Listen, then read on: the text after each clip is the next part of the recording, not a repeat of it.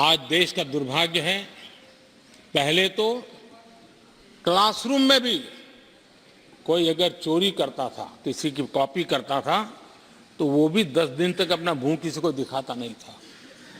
आज जो भ्रष्टाचार के आरोप जिन पे सिद्ध हो चुके हैं, जो जेलों में समय निकाल करके पैरोल पर आए, आज वॉशिंग मशीन से भी बड़ा कंधे पे लेकर के महिमा मंडन कर रहे हैं ऐसे चोरों का सार्वजनिक जीवन में। कहां ले जाना चाहते हो देश को तुम? जो सजा हो चुकी है, मैं ये तो समझता हूं कि आरोप जो है उनके लिए तो आप सोच सकते हैं, लेकिन जो गुनाह सिद्ध हो चुका है, जो सजा काट चुके हैं, जो सजा काट रहे हैं, ऐसे लोगों का महिमा मंडन करते हो आप? कौन सा कल्चर और देश की भावी पीढ़ी को क्या प्रेरणा देना चाहते हो आप? कौन से रास्ते और ऐसी कौन सी आपकी मजबूरी है?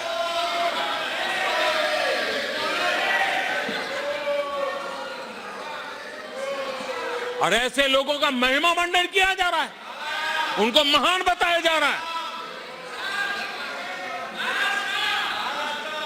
जहां संविधान का राज है, जहां लोकतंत्र है, माननीय अध्यक्ष जी, ऐसी बातें लंबी नहीं चल सकती हैं। ये लोग लिख करके रखें कि ये जो महिमा मंडन का काम चल रहा है उनका, वो अपने ही खात्मे की चिट्ठी पे सिग्नेचर कर रहे हैं लोग।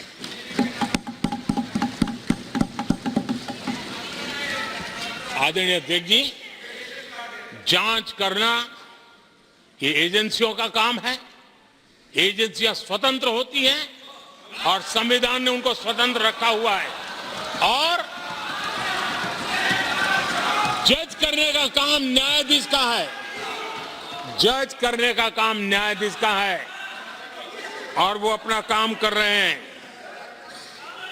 और अध्यक्ष जी, मैं इस पवित्र सदन में फिर से दोहराना चाहूंगा, जिसको जितना जुल्म मुझ पर करना है कर ले, मेरी भ्रष्टाचार के खिलाफ लड़ाई चलती रही।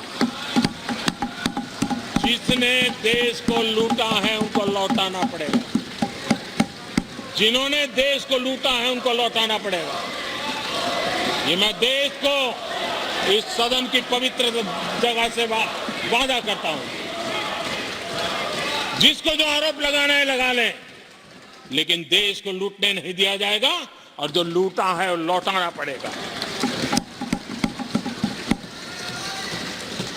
आदरणीय अध्यक्ष जी, देश सुरक्षा और शांति का, आदरणीय अध्यक्ष जी, अगर नेहरू जी का नाम लेते हैं तो उनको बुरा लगता है, लेकिन कश्मीर को जो समस्याएं झेलनी पड़ी उसके मूल में उनकी ये सोच थी, और उसी का परिणाम है देश को भुगतना पड़ा।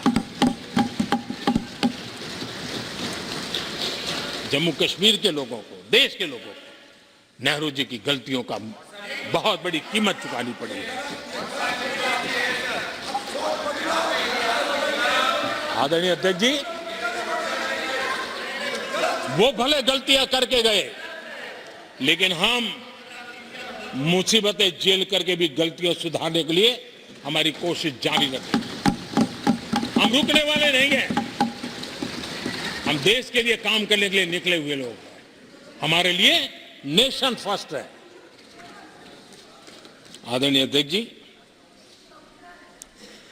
मैं सभी राजनीतिक दलों के नेताओं से आग्रह करूंगा, सभी माननीय सदस्यों से आग्रह करूंगा, भारत के जीवन में एक बहुत बड़ा अवसर आया है। वैश्विक परिवेश में भारत के लिए बड़ा अवसर आया है।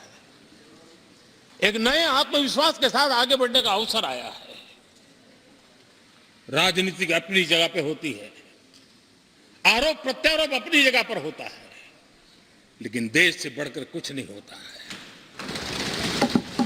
और इसलिए आइए मैं निमंत्रण देता हूं आपको, कंधे से कंधा मिलाकर के हम देश के निर्माण के लिए आगे बढ़े।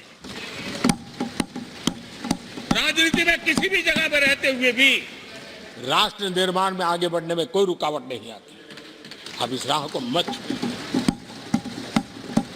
मैं आपका साथ मांग रहा हूं, मां भारती के कल्याण के लिए साथ मांग रहा हूं। मैं विश्व के अंदर जो अवसर आया है उस अवसर को बुलाने के लिए आपका साथ मांगता हूं। मैं आपका सहयोग चाहता हूं 140 करोड़ देशवासियों की जिंदगी को और समृद्ध बनाने के लिए और सुखी बनाने के लिए। लेकिन अगर आप साथ नहीं दे सकते हैं और अगर आपका हाथ ईंटें फेंकने पर ही तुला हुआ है तो आप लिख करके रखिए, आपकी हर ईंट को मैं विकसित भारत की नींव मजबूत करने के लिए, आपके हर पत्थर को मैं विकसित भारत के जो सपनों को लेकर के आप चले उसकी नींव मजबूत करने के लिए मैं लगाऊंगा और देश को हम उस समृद्धि की ओर लेके जाएंगे। जितने पत्थर उछाल लीजिए, आपका हर पत्थर भारत के समृद्ध, भारत के विकसित भारत के सपने को समृद्ध बनाने के लिए हर पत्थर को मैं काम में ले लूंगा। ये भी मैं आपको विश्वास दिलाता हूं। आदरणीय अध्यक्ष जी, मैं जानता हूं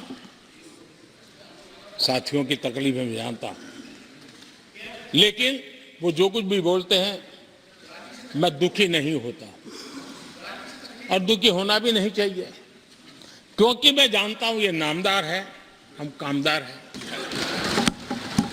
और हम कामदारों को तो नामदारों से सुनना ही पड़ता है। ये तो नामदार कुछ भी कहते रहें, कुछ भी कहने का उनको तो जन्मजात अधिकार मिले हुए हैं और हम कामदारों को सुनना होता है। हम सुनते भी रहेंगे और देश को सहजते भी रहेंगे, देश को आगे बढ़ाते रहेंगे। आदरणीय अध्यक्ष जी, आपने मुझे इस पवित्र सदन में आदरणीय राष्ट्रपति जी के उद्बोधन को समर्थन करने के लिए बोलने का अवसर दिया। मैं आदरणीय राष्ट्रपति जी के इस उद्बोधन को समर्थन देते हुए धन्यवाद प्रस्ताव पर आभार व्यक्त करते हुए मेरी वाणी को विराम देता हूं।